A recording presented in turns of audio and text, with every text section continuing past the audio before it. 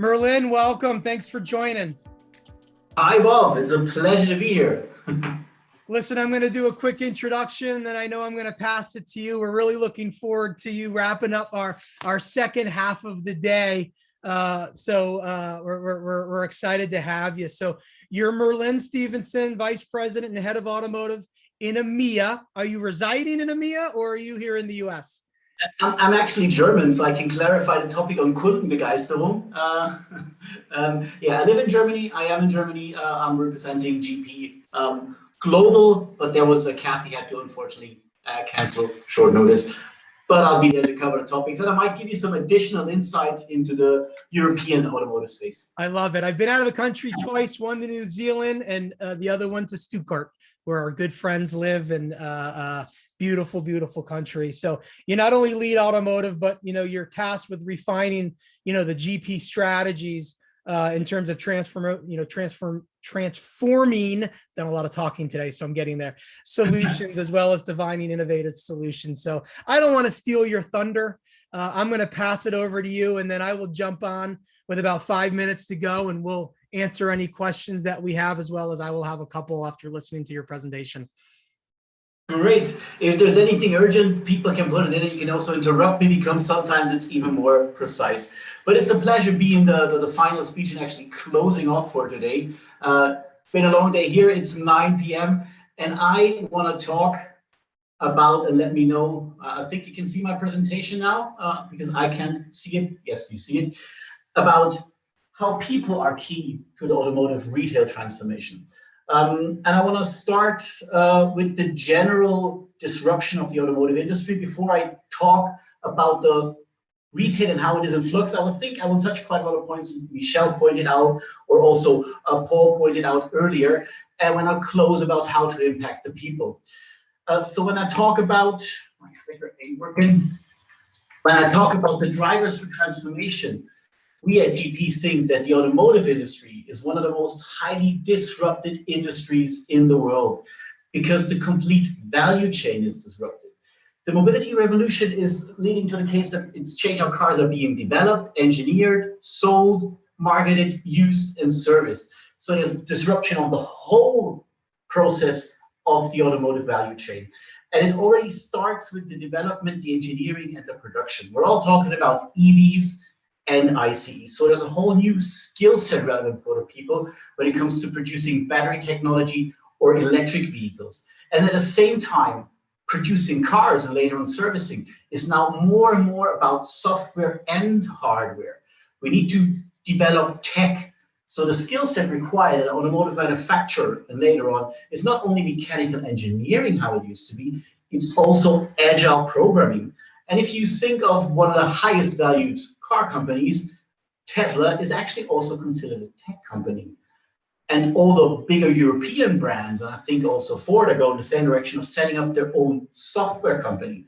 Volkswagen has, probably most of those, launched a company called IM Digital or Cariat, a full-fledged service company. And it's not that software is exchanging engineering, it's software is added to engineering. So we need much more skill sets on the automotive manufacturing side. And the same impacts due to CASE, connected, autonomous, shared, and electric vehicles, we can see on the sales and marketing area, where progressive manufacturers in Europe are starting to push to agency models instead of retail models. We're talking about direct sales via platforms. I know in the US it's predominantly with used cars, but there are quite some viable concepts of direct sales on platforms for new cars too. Particularly, I know Bob didn't mention it, but I spent 4 years in China in this industry, and there are platforms really well working. So it's just a matter of time until a good concept spills over. And the second big thing in sales and marketing is to switch from usage to ownership. Because you mentioned earlier, it's one of the biggest investments people do. But we see a percentage movement into not actually purchasing a car full. It's about even a leasing contract or a financing deal. It's not the same as spending a huge boatload at the same at one time. It's a different perception of marketing. What are you selling? Are you selling a car for 2 or 3 years, or is it almost a 150,000 euro deal for a new car? So the skill set on sales and marketing is moving from salespeople to actually mobility agents, because there's more and more coming in. They need to sell financing, leasing, and again, picking an example of a German manufacturer, Volkswagen, that have established a brand called Elli, Electric Life. Some might have noticed that. That's a pure company that sells wall boxes, charging for EVs, and on top of that, electricity contracts. And this is also pushed towards dealerships. So the bandwidth of topics people at retail need to cover is just growing and growing, because here it's the same as before. It's not about EVs are exchanging ICEs, or those models are exchanging a classic retail. It's additional concept for different customers. And it's here for years to come. It's not a short transition, particularly talking about the electric cars, because progressive countries as Norway are pushing for 2025 to ban sales of ICEs. I think in the US, California is the most progressive state, which said they'll ban ICEs in 2035, but that's only new cars. So if you consider the car park and used car sales, we're talking at least of 20 years of transition. This makes it highly complicated, because we need all those different skill sets over the next decades. And it's not a transition from A to B in a couple of years. And we can also apply the same thinking to usage and service, because now you have plenty of Teslas driving autonomous on the road. The way people use the car and what is key to them is different than what it used to be, because now all of a sudden the UX, the user experience, the touchscreens become a much higher priority, because there's less of driving involved. And it's similar with the service. We're talking about remote service or mobile service, or even over-the-air updates. Again, picking an example of one of my favorite companies, Tesla. As probably a lot of you remember, in 2017, 18, there was a hurricane in Florida, and just overnight he pushed out an update so all the cars got additional range extension, and this is possible too. So I think retail is the most impacted part in the value chain, because they almost need to cover all those distant areas, and the skill set change and the skill uplift throughout the value chain. And that's why I want to talk about retail in flux, because next to the whole value chain being turned upside down, it's impacting retail, the digitization in the case, on three dimensions. We're talking about it's impacting the work, the worker, and the workplace on the same level. And when I talk about it's impacting the work, I want to talk about it's impacting how it changes the job to be done at retail. Michelle mentioned it used to be informing, selling cars, pushing for a sale, but no, this is changing now. The way retail adds value is changing, and I want to talk about that in a minute. The second topic I want to touch is how digitization is changing the actual worker. We have identified a kind of virtual digital dividing line. It's a rough concept which states different kind of people we have at a dealership, and it's not one homogeneous mass anymore. It's actually 4 generations, some in a digital native area and some, as we call them, digital immigrants with different cultures. And all that has to be managed while digitizing retail. And that's also a massive challenge ahead. And last but not least, also the workplace is changing, because the dealership no longer is the ultimate destination for a customer and a car sale. So we have all those different changes in all different areas. I want to briefly touch all that and then talk about the most important areas to change on the people side. So let's talk about the work. And there I'll touch also some points Michelle mentioned, because it's less selling, and as it moves to consulting, it now is more about curating an experience. Because I think also Paul and Jared earlier touched, the customer is fully in control of the sales process. We're talking about empowered customers. And when it comes to them, it's more about experience and convenience than actually selling. And it all starts about early in the process when it's about gathering information. Most customers, more than half, come in fully informed. And this is when we need this skill set highlighted by Michelle. We call it deep listening. I'm not fully sure how you mentioned it earlier, but maybe you can drop it in later. Because it's more about understanding where the customer is and navigating complexity of the current portfolio, also with all the digital additional products and apps, and delivering targeted depth when it comes about additional information on the car. The second step, and the work, the job to be done that is being changing, is actually experiencing the car, where one main part is the test drive. And that is one of the key points people still go to retailers for. 70% say that's the main reason I'm going there. This is the main value add. And if we take a closer look, for quite some retailers, it's not getting the attention it needs. It's often is, yeah, here, sign this wafer. This is the car you know how to drive. Take it for a spin. That's not the way you should treat the key aspect the customer comes into. And particularly when we talk about the topics I mentioned earlier, electric cars, which have quite a lot of different new functionalities, where whoever has driven one probably at the first time, same as happened to me, I didn't notice whether the engine was on or off at the beginning and almost bumped into something. All those small things, the whole user experience. I think the new Audi interface is exciting, or the MBUX. There's quite a lot of things we need to really let them experience about the car. And this is changing massively from, yes, take the car for a spin, it's more about the driving. No, it's about the experience of the car. And it's similar with the whole haggling, the quote, and the payment. All the things that used to be a central part of the dealership, I had to get there to get a quote. The payment was the big element, signing the contract. All this now is leveraged in a lot of areas to the digital world. The customer is empowered. He has full transparency on the market, on the prices. And taking leasing and financing into account, the whole wiggle room is reduced for a lot of those deals. And on top of that, more than half said they'd rather pay online. They trust in technology. Like if you ask them, do you want to pay cash on, say, I don't want to carry a large amount of money, but I'll do it online. And this doesn't stop at the service, because every single service visit is considered an inconvenience. Particularly during COVID now, we're so used to this instant gratification when it comes to, I need this today or tomorrow, Amazon will have it. It's all about delivering convenience to the customer and kind of integrating the whole service experience and elevating it, because they're not as willing as they used to be to sit there and wait 2 hours, because now we're used to those kind of devices where we get an update in a minute, or if there's an issue, you call and they'll exchange it.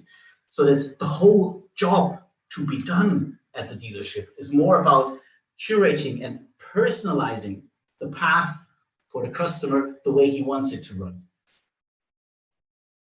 So let's talk about the worker and the different people we have at a dealership, because we say there's 4 generations, so are their customers. And we have left of the digital dividing line. This is a bit exaggerated, but I think it brings up a point pretty clearly. Typically more in management, we have digital immigrants. We have boomers who saw technology at the beginning as a necessary evil, who are really structured about hierarchy and amenities. We have the Gen X, which see technology as an enhancer, as a potential next step, who also are independent, but still within structures, flexible in organization, and also some kind of recognition as titles. And on the other side, to do it bipolar, we have typically more at the front line, customer facing, the digital natives, millennials that learned about technology really young and see how they can empower all their skills with technology, which are a bit more about culture and feedback, less structure, more agility, about personal development. And on top of that, we have the Gen Z, who never lived in a world without technology, who think technology is existential, who couldn't live without a mobile phone, and who are completely not in structures. They like to work agile, they're quick, they're about transparency. And the big challenge for retail is managing this microcosmos of our society, all the different generations, and with the digitization of retail, all the different skill sets, and we create a high-power team where each individual can reach their full potential and contribute to what the team does. And also at the same time, target different customers, which are in a similar mindset in those 4 areas. So this is really one big thing we need to take care of, is bringing the people to the next level, skilling them up where necessary, and bring it together as a team. Because as we take a look at the customer journey earlier, and we'll take again in a second, it's not about individuals adding their sales numbers at the end of the day, it's about the team performance. So this aspect is gaining much, much more importance for the retail of future. And hence I want to talk about retail of future and the workplace, the last place, because on top of this, the workplace is now transforming and including remote, virtual, and hybrid areas. So every retailer already has to think long-term how this affects the actual physical retail. Of course, there will be retails for time to go. I don't know who mentioned it earlier and said, like, no, there won't be only city stores, there will always be retail. But there's a transition phase where we have to cover much more different areas in a different weighted element. And when we think about what is the actual workplace, and we talk about where do I get my information, more than 80% get their information online, and a big part where the customer is, and I think that's been mentioned, of course, several times, is in social media. So if I want to participate, I have to be where the customer is. So my workplace is now social media. This is a new skill we will need if we want to be part of this journey. And it's similar with test drive. It's not as strong because I mentioned this is one of the key topics, but particularly during COVID, there were many different solutions to provide test drives without actually coming to the dealership. Here in Germany, we had cars delivered to your home, where actually the workplace was on your driveway. The salesman came, of course, with masks, but explained all the different areas, and it got a completely different experience there again. And also certain manufacturers, for example, Cupra has tested virtual showrooms to get this car experience more across where the customer is in the virtual world. So even for this, not always the workplace has to be the dealership. And same again, I mentioned it earlier, and taking a look at the time, it's about getting a quote and the payment. This can, as in many cases, particularly when we talk about finance or lease models, completely be done in a virtual world. 72% say, yes, I'll get the quote online, and the payment is on a similar level. There's a massive increase due to the trust and technology. Since 2017, it's gone up 52%. That's a figure for the United States, that we would consider and do online payment for the car. And it doesn't stop there again. It's similar for service. There's flying doctors of certain more luxury manufacturers.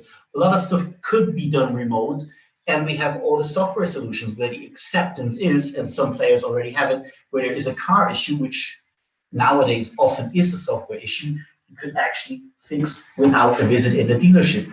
Or you could send out a team remote to the customer. We also had that during COVID to work on this. And this is in some areas more and some areas less already accepted by a lot of customers. 70% of the customers, 75% of the customers already use digital retailing tools. And 1 in 3 franchises already provide all these steps online. Of course, as mentioned, we need to be aware that it's not from A to B and this is the full truth, but it will be part in some journeys. So we have to be able to reflect that on a retail level. And we at GP say it's all about the people. What we have to do is enable the frontline employees because they're critical in the age of digital retail. But this again starts with the management. So we have come up with a curriculum of different topics that we see as the critical ones for running a retail. And we want to start with management. One key skill we need running a dealership is talent recruitment, talent retention, and talent training. There is a big shortage in certain areas, particularly service in the US. And we need to make sure we have the right people for the right jobs and constantly upskilling, because all this change that is happening now is not, as I mentioned, a change from A to B, but it's a constant change, and the iterations will become faster. So one key skill management and automotive will need is talent recruitment, retention, and training. The second big thing we need is the ability to create a modern buying experience.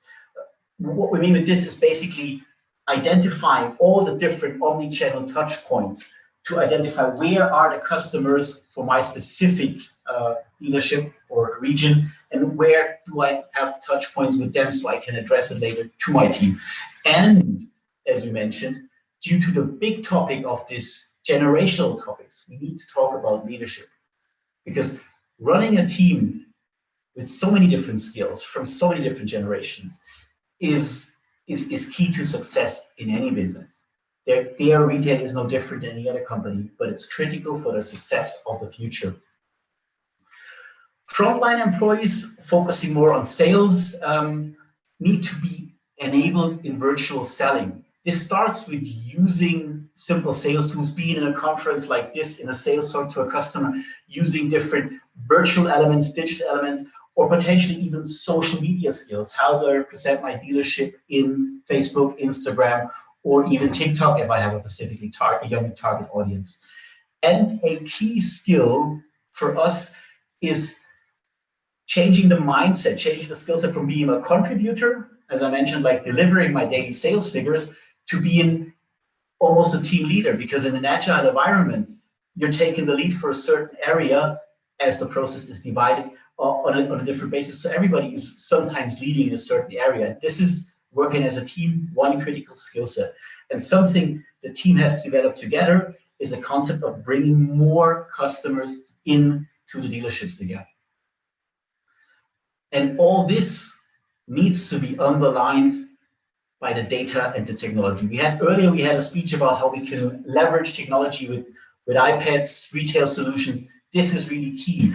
There is no one size fits all, but they need to understand which kind of technology helps us and which kind of buy-in step and how do we apply it for our setup and our region.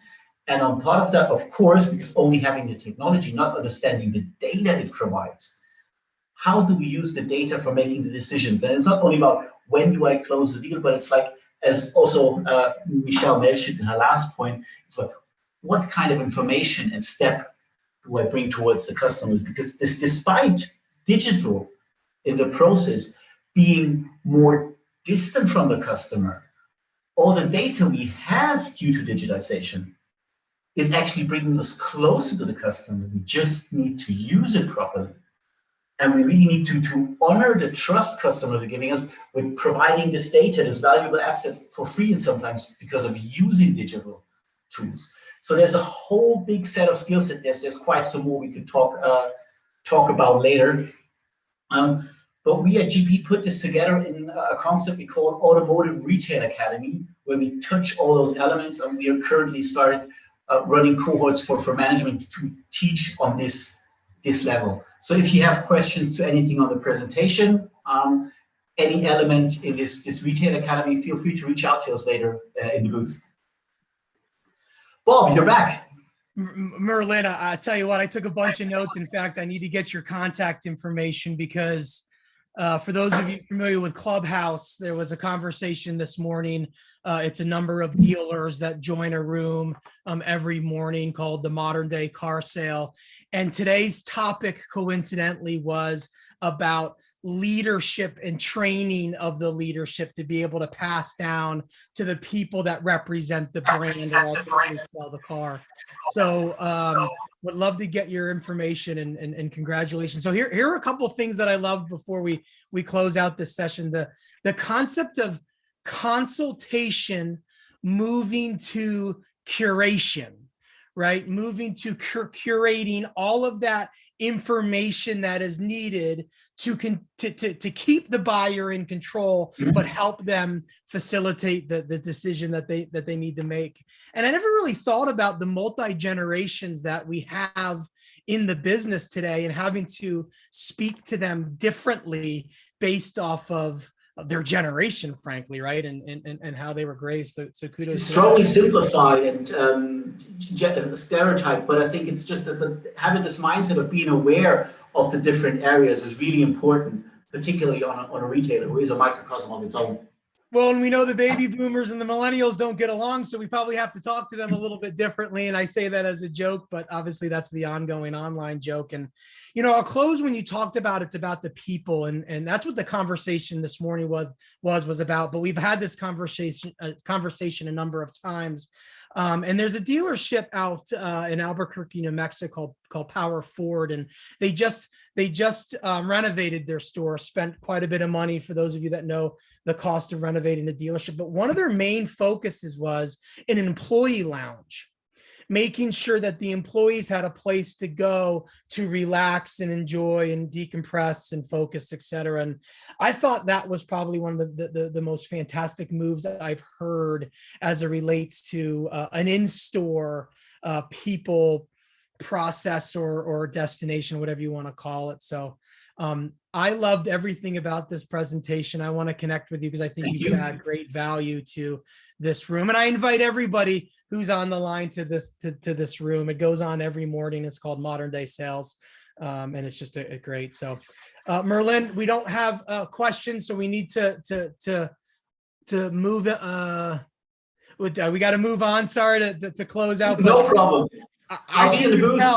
I wrote a whole bunch of notes, and I loved how you ended with people, because at the end of the day, and we had a session right before this, if you listen to Michelle, that's what she focused on. It's the people and how those people communicate, because ultimately the people are representing your brand. And if you're a dealer and you have your name on the store, it's even more important your people are trained, because they're representing your last name and your family. So thank you for that. And I'm going to wrap it up now. So appreciate it. Thanks for having me. Yeah, no worries, man. And I can't wait to get your contact information. So I want to thank all of the speakers of today